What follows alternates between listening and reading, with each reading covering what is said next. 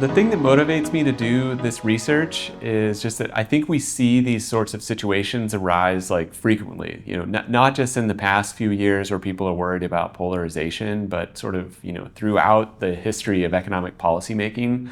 A lot of things happen through these processes, which in some cases are characterized by like brinksmanship, essentially. Like everything goes to the 11th hour.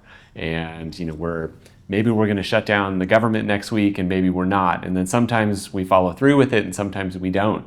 And so these things happen a lot, and they definitely matter for businesses. And so a lot of what drives my research about these questions is trying to think about, okay, if brinksmanship may be good for politicians in terms of grandstanding, and maybe like they only get things done at the 11th hour, but it may actually be pretty bad for business and economic activity.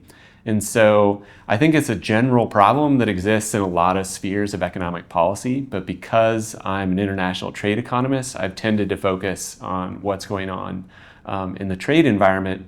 And I think that's a useful context to look at because we have so many different individual products and industries that we track in terms of international trade in the data.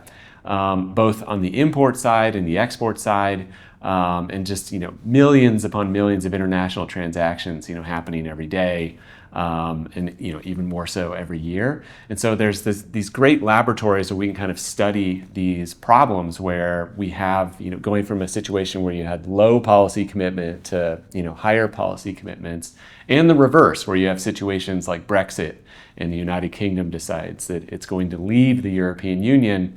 And then we can look, product by product or industry by industry, how did this affect international trade, and how did this affect the investments that both firms in the United Kingdom and firms throughout the European Union were making.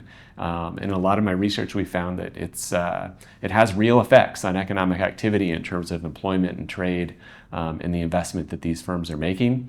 And so that brinksmanship that I mentioned before really matters, and it may be distorting a lot of decisions that firms are making.